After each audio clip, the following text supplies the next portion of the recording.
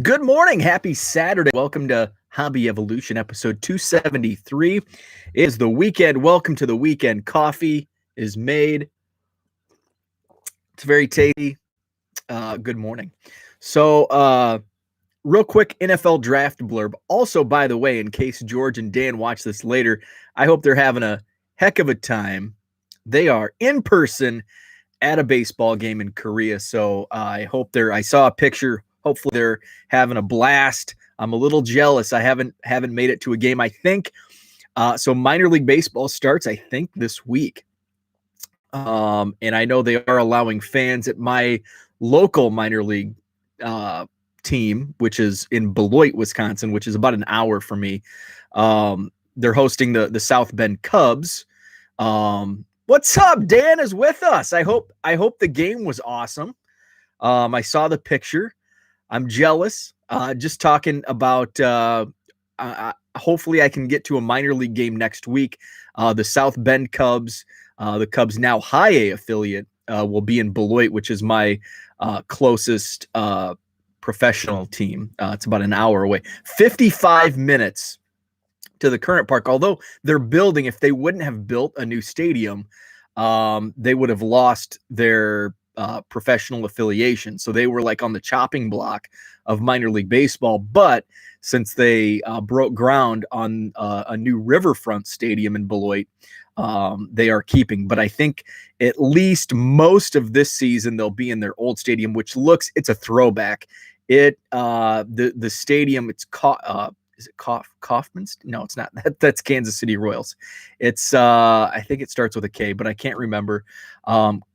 Pullman starts with a P. I was way off. Pullman Field in Beloit. It's settled. It's nestled in a little neighborhood.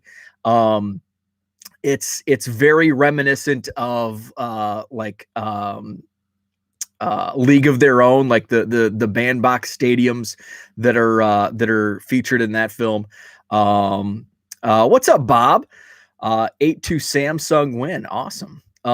So it's definitely a throwback. I love it as an autograph seeker, because the players have to walk from the clubhouse. They have to walk across the the open area for the fans to get to the field. So they don't even rope it off, which is surprising.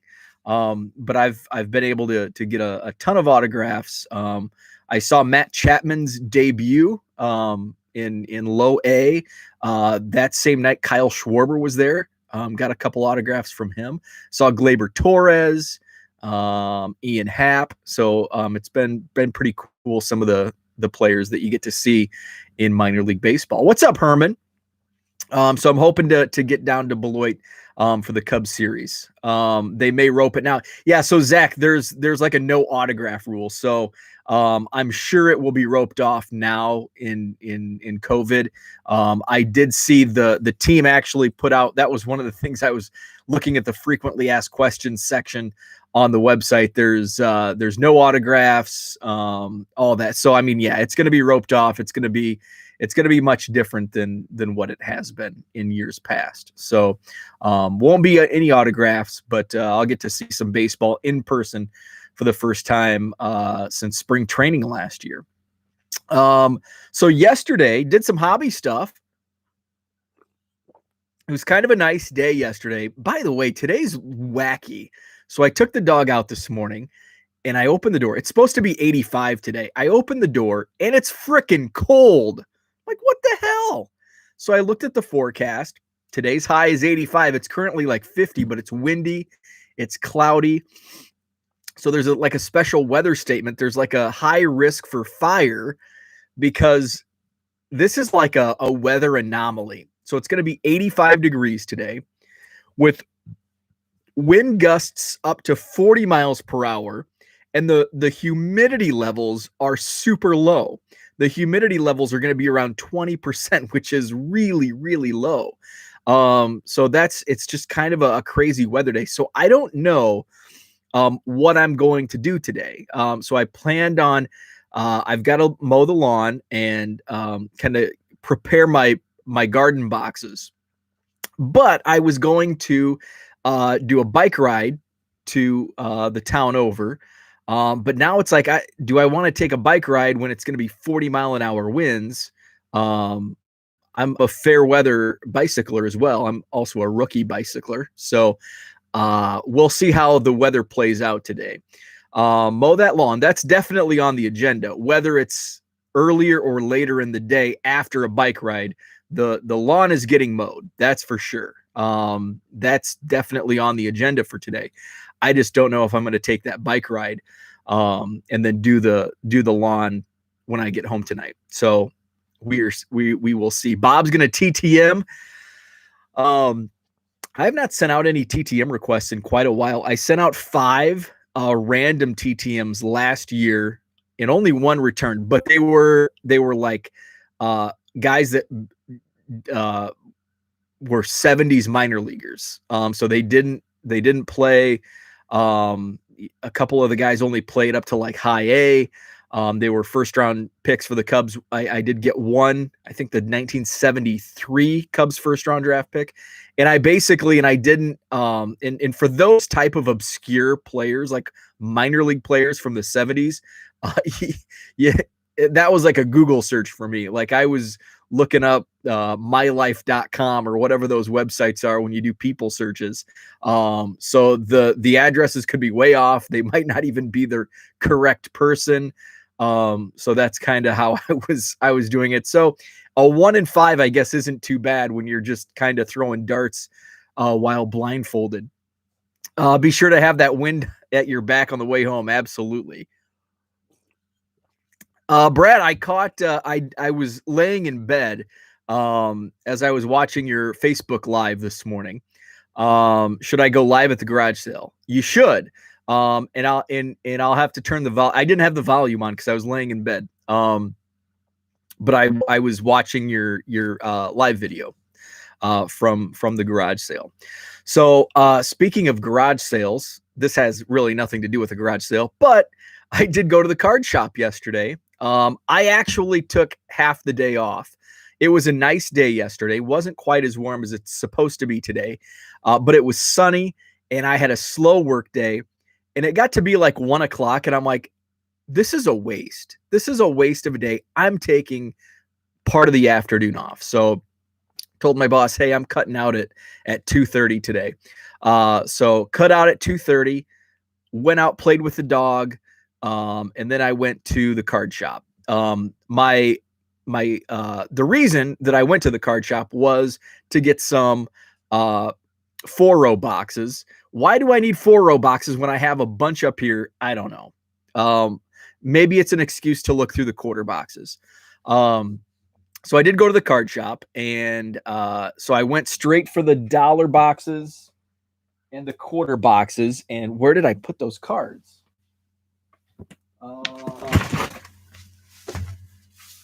Let's see. Oh, crap. Sorry. Not in there. Huh.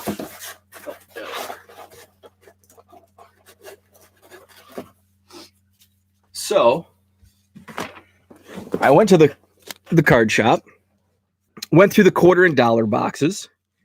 So most of what I pulled is just stuff that's going to go to trades. But so I've been buying, he's got a bunch of the 2017 Topps silver packs of like the colors. So Jacob deGrom is pretty hot right now in the hobby. So this is numbered to 115. So I'm like, I can flip this on eBay. This was only $1. I can flip that for probably $5. This I don't know, but it's numbered to 99 and it's a rookie. Christian Arroyo. By the way, Christian Arroyo, the only superfractor I've ever pulled out of all the boxes I've opened was Christian Arroyo in 2016 Topps Chrome Update. So this is numbered 13 out of 99 from 2017 Topps Update with the rookie logo. So I guess it was 2017 Chrome Update that I pulled his. And then a Gleyber Torres for $1. Figure 90 cents because it's a 10-cent top loader. And then I went through the quarter boxes. The quarter boxes, I didn't find much to flip, but I did find some stuff that I'll be sending. Like this Barry Sanders. This is cool. That'll go to my buddy Brandon. He's a big Barry Sanders collector, and I've got a stack for him back here. This I pulled. It's a rookie, Tyler Naquin. I know that he was hitting a lot of home runs. This is the rainbow foil. Can't really see. It's not hitting the light correctly, but it's a foil rookie, so I figured that might be worth something. A couple of gold Domingo Germán rookies, Yankees pitcher, figure for 25 cents. The speculation. And Ryan McMahon, he's having quite the season so far. For 25 cents, pulled that. And then I pulled, I don't want to show these off because they're going to, these are all going to Herman. Some Braves. I've got some Cardinals for George. Got some stuff for Big Shep. He sent a box this week. Here's some White Sox. I wonder where those are going, Zach. Oh, there's a Tim Anderson. I know a kid that likes Tim Anderson. So I pulled some stuff for trades and future trades. And then a few cards to flip. So that was my fun at the card shop. He did not have any 4-row boxes. I asked. He did have Prism basketball blasters for $200. Like, come on. Ton of retail. That makes me sick. So I asked about the 4-row boxes, and he's like, no, I can't even get them. So I bought a couple of 3-row boxes. And then I came home, and then last night, so I did some eBay shipping, and then I decided, okay, I've got all of these 4-row boxes. So what I need the 4-row boxes for are my 25-cent boxes. And I sleeved a ton of cards last night, probably 12, 13, 1400. So I needed these for my quarter boxes.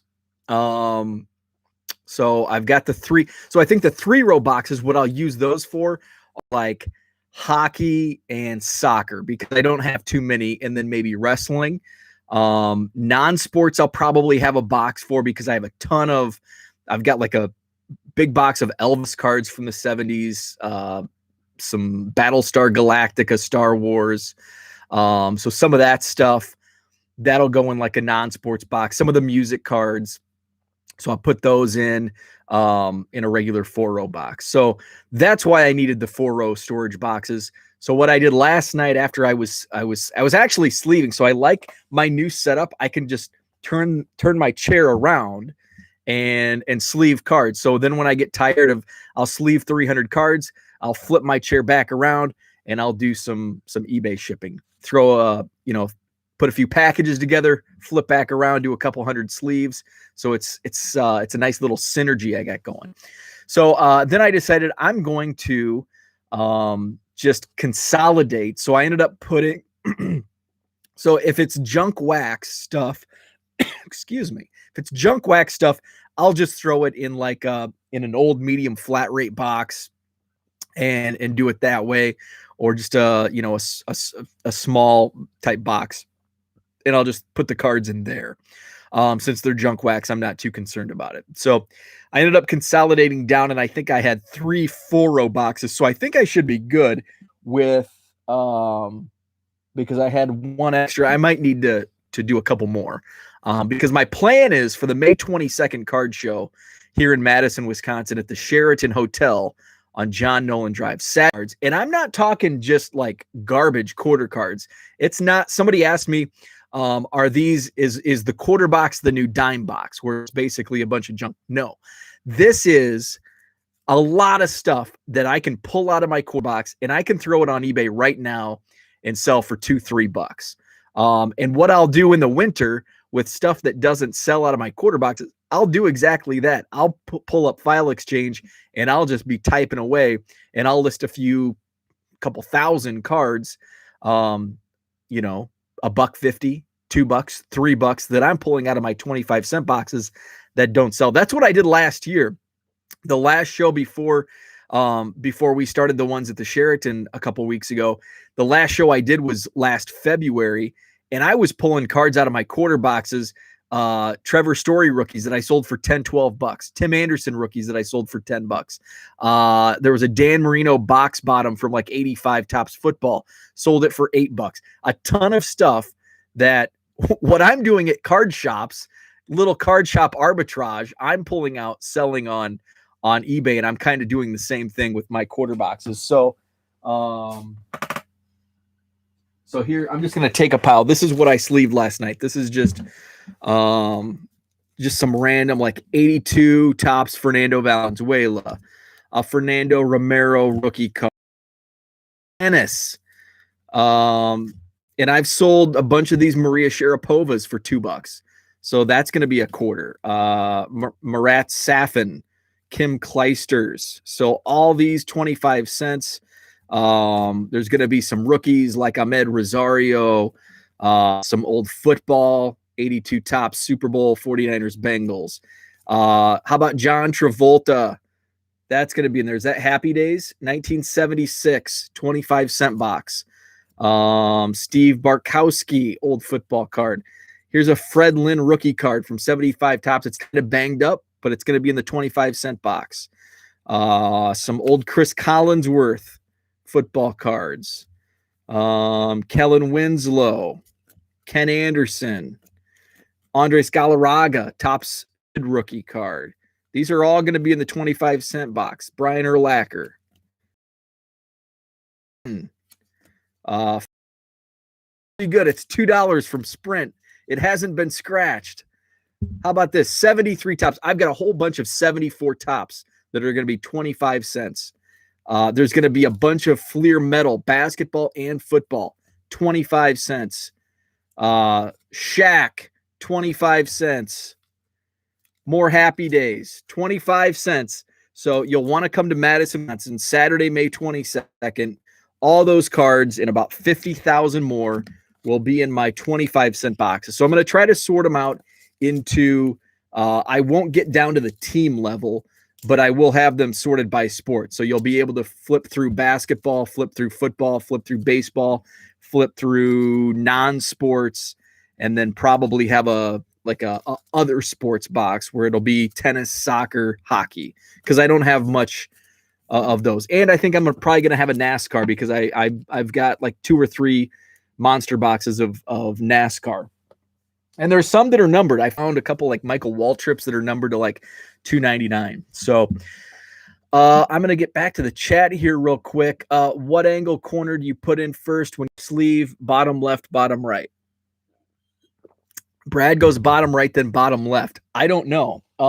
Let me sleeve a card. I'm going to sleeve 90 Marvel. Oh, I go right to left. Happy with the Fields pick. Dan, yes, I am. I'm glad the Bears traded up for a quarterback.